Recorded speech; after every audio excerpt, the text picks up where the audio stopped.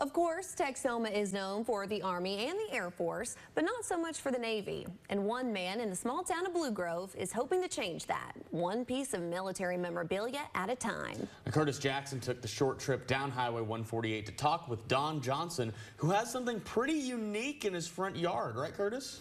Yeah, guys, I guarantee you haven't seen anything like this, well, at least not around here. Now, after serving in the U.S. Navy from 1954 to 62 and spending most of his time underwater on submarines, he just couldn't shake the love he had for the underwater powerhouses and decided to share his passion with the world by setting up a unique submarine memorial museum. Out here in this area, people only know Air Force and Army. That's all they know. Right at the intersection of Highway 148 and 172, one man is looking to change that. I've had people ask me, well, what are you doing out here in the middle of Texas? I said, well, because I moved it out here and this is where I'm at. U.S. Navy veteran Don Johnson loves everything submarines, stemming from his service starting back in the early 50s. I grew up in the ocean. I learned to swim in the ocean. I skin dive, scuba dive, and all that. So I thought, well, hey, that's just right down my alley. So then I got assigned to a submarine, the USS Pomadon.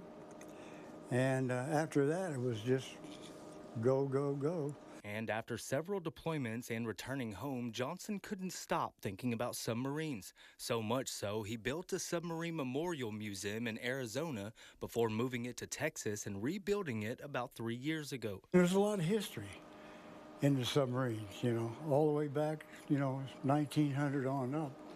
And people just don't think too much about them because they don't see them and they don't hear about them. So I thought this might be the perfect place to people come by and talk and look, learn some submarine history. And as you can imagine, the main attraction is the huge decommissioned submarine torpedo smack dab in the middle. But there's a lot more significance in its entirety. Each one of those posts, those white posts that are around the driveway on both sides, are markers for all the submarines that were sunk during World War II. Plus the 2 nuclear submarines that were lost in the 60s.